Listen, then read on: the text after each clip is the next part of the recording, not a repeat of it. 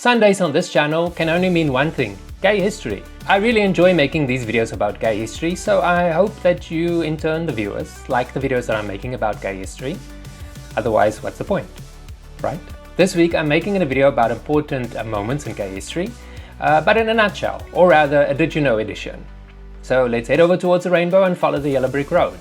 This is gay history in a nutshell. Homosexuality had a presence in Greek mythology, and it was depicted in various ways, and same-sex relationships were not considered taboo or morally wrong in the way they might be in some modern cultures. Did you know ancient civilizations were far more accepting of same-sex couples? That's correct. In ancient civilizations like Greece and Rome, same-sex relationships were often accepted and even celebrated. For example, the Sacred Band of Thebes was an elite military unit made up of 150 pairs of male lovers. 4,400 years ago, in the middle of the 5th dynasty of ancient Egypt at Saqqara, a tomb was built for what would become one of the most famous same-sex couples in ancient history. On November 12, 1964, Chief Inspector of Lower Egypt, Monir Basta, held an expedition into a recently excavated burial shaft in the necropolis. Inside, scholars believe they discovered the first documented depiction of a gay couple, Neakhnum and Nohemtep, royal manicurist to King Nisiri-Ini. The tomb, inscribed with, quote, joined in life and joined in death, end quote, hints at ancient reverence for their queer relationship. Ancient Egypt is considered to be one of the most accepting cultures, with archaeological evidence of a same-sex couple that lived as far back as 2400 BC. Alan Turing was one of the greatest mathematicians of the 20th century.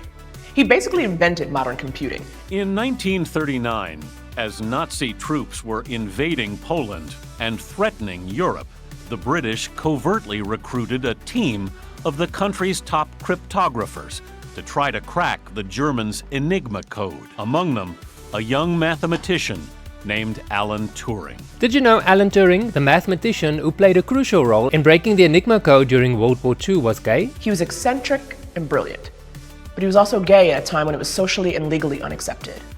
This English mathematician was highly influential in the development of theoretical computer science and is credited with providing a formalization of concepts of algorithm, something that basically rules the tech world today, from social media to even how we use our smartphones for basic tasks.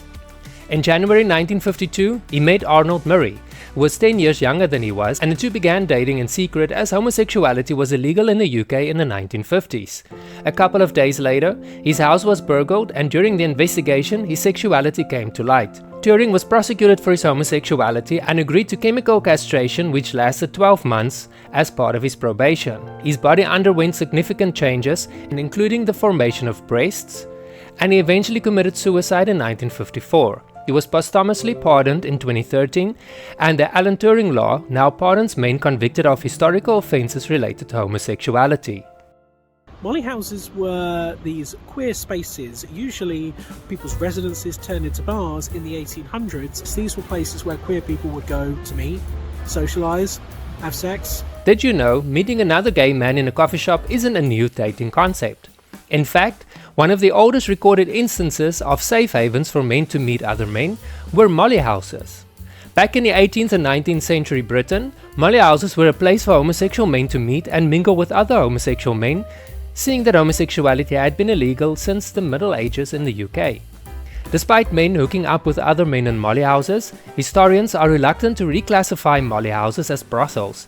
Sure, money exchanged hands to enter the venue or use one of the back rooms, but the men were usually friends or acquaintances.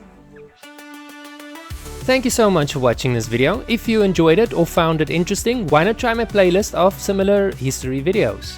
Or you can check out some of the other great videos on my channel, or head over to one of my smaller channels, like my Life with Irawa channel, where I show you my daily life in a tropical jungle. Or I've also got a gaming channel that you can check out if you want to.